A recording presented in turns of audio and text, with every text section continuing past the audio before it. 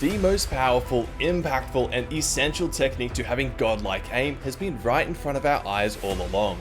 The problem is, with more screen time than ever increasing visual and audio effects, mechanical demands, strategy, and multiplayer communication. Oh, bogey spotted. What's that? Mobilizing. We've lost sight of the most fundamental aiming technique of them all. You need to be focusing on your target, not just looking at it. And believe me, there is a massive difference between the two, and it's not quite as easy as it may seem. True focus makes you feel like you're playing in slow motion, like you've got a secret bullet time ability you can just switch on. Enemies will appear slower, you'll feel like a psychic knowing exactly where they're moving by absorbing and synthesizing visual cues, and ultimately, you will feel in control of your aim. Aiming stops being all about moving your crosshair to the target, but rather pulling your target to the center of your screen. You may think I'm playing this up a bit, but I can honestly say this is my most recommended tip I give to anyone struggling with their aim. And personally, anytime I'm having trouble with my own aim, this is the first thing I address. So many of my perceived problems with aim can simply vanish with this reminder. Let's start by defining the difference between focusing and looking at something. I have a few examples that I like to use. First is the fan. If you look at it, you can see it spinning and the blades are a blur. But if you focus on a single blade, you can follow it around. Notice how your perspective changes as you lock onto it. What was previously a blur becomes a well-defined shape.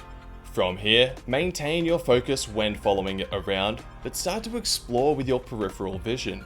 Note the position of the other blades and the beam crossing the ceiling, all while staying focused on one blade. Next, focus on the center of the fan, and from here, using your peripheral vision, track the rotation of the blades. The point of that little exercise is to demonstrate the shift between simply looking at something and focusing on it. Notice all the extra information we can gather when doing it. It also shows us that focus isn't tunnel vision. You're not having to sacrifice awareness to aim at your target. You can still acknowledge and even track the environment around you without shifting your focus away. This will come into play again a little later with some neat tricks I'll show you for flick shots. If that example didn't quite work for you, or you'd just like to experiment a little more, try looking at your screen while waving a hand in front of you. If you're looking at the screen, your hand will be a blur, but you can then shift your gaze and focus on the hand, completely changing your perspective and putting the screen out of focus. So long as it's not making you sick, you can try quickly shifting back and forth between the screen and your hand. Now that we've established the difference, you may be thinking that surely you're already focusing in-game. It's so obvious. Unfortunately, that's where autopilot and frankly sensory overload comes in. It is so incredibly easy to slip into autopilot when playing, and what I mean by that is just going through the motions. You may still be communicating, positioning, and generally playing well, but you're playing off your accumulated knowledge and instinct. Your mind isn't really in it and fully engaged. And that's totally fair. It takes a lot of energy to be fully present, especially if you're playing for prolonged multi-hour sessions. This goes double for streamers. You may hear a common sentiment that streamers say they play much better off-stream, and quite simply, they have far more energy and attention to direct toward the game when they're not managing chat, worrying about their performance or what they're saying. When I mention sensory overload, it's not quite that dramatic, and I don't want to diminish what it actually means. But modern games in particular have such an abundance of sounds, visuals, players talking, mechanical and strategic demands that it's no wonder that focus isn't happening automatically. Fortunately, while this makes focusing harder to do naturally, focusing itself is actually a great tool for ordering the chaos. With autopilot, the useful information gets lost in the noise, but with focus, we absorb what we need to and shut out the irrelevant bloat. So how do we apply this in-game? If you just jump right in, you may find that bizarrely you can't make it happen, which is odd because you literally just have to use your eyes to focus. It's easy enough to do looking at the fan or your hand, so what gives? The most common struggle I see people having with this is being overwhelmed during fights. My favorite fix is to play with game sound completely muted. No Spotify, Discord or anything, playing in silence. If your game of choice has a casual mode, deathmatch, that sort of thing, this would be the place to do it. Sound is important, so you'll need to accept that you'll probably die a bunch of times to things you could have avoided. The point of this is to remove a huge number of auditory distractions so you can now focus on focusing. This should allow you to experience what true focus feels like during a fight in an FPS game. When you know what it feels like and what to expect, you can turn your sound back on and try again. If you play aim trainers, a great method to practice this in a more controlled environment with fewer variables is by playing close to mid fast strafe style scenarios. Without focus, they will feel frustratingly erratic. Focus won't give you 100% accuracy, but the fast strafes suddenly feel much more manageable. In Kovacs, I recommend trying the robot variations that have a humanoid target, which provides more features to focus on and lets you get a feel for what absorbing visual cues is like.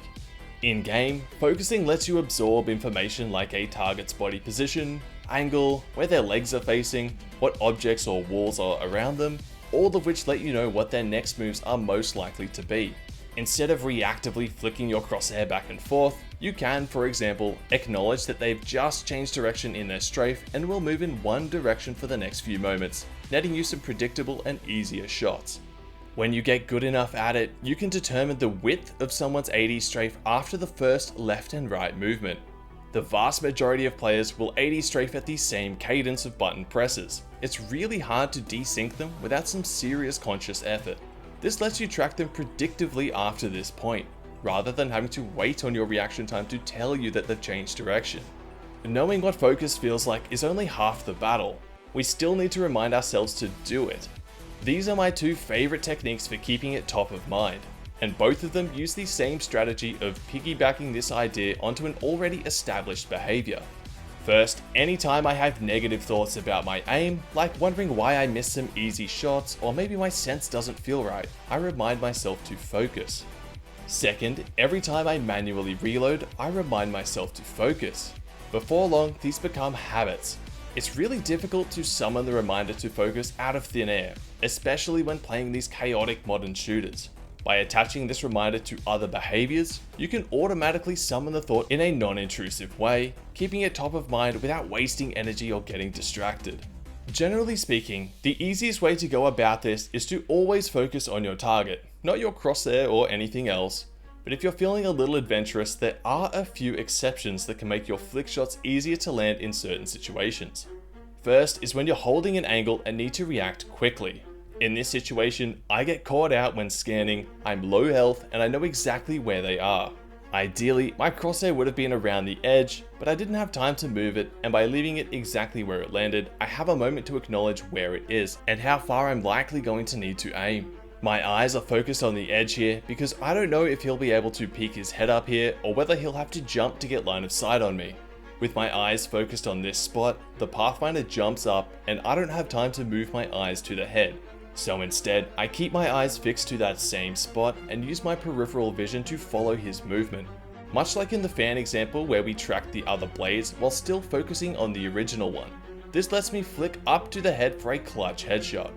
To summarize that one, if you're holding an angle and need to react quickly, maintain your focus on one spot and track them with your peripheral vision instead.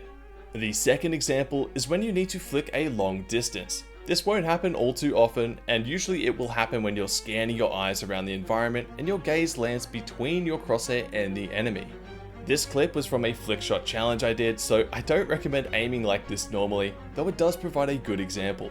With the large distance between my crosshair and the target, if I were to focus on the target, I lose track of where my crosshair is, making the shot unreliable as I don't really have a good sense of how far to flick.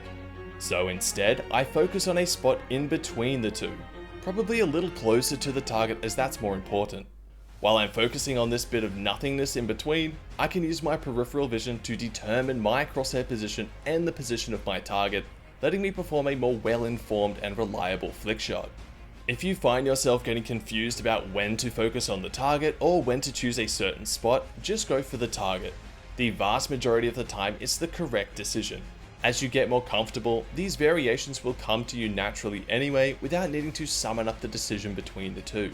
For such a simple topic on the surface, there is a surprising amount of nuance, and the importance of doing this for improving your aiming performance cannot be understated. For that reason, please leave any questions or comments you may have down below and I'll do my best to answer them. If you would like to see the rest of the Forbidden Flickshots challenge, you can check out the full video right here. Thanks so much for watching, be sure to subscribe for more content like this, and I'll catch you in the next one.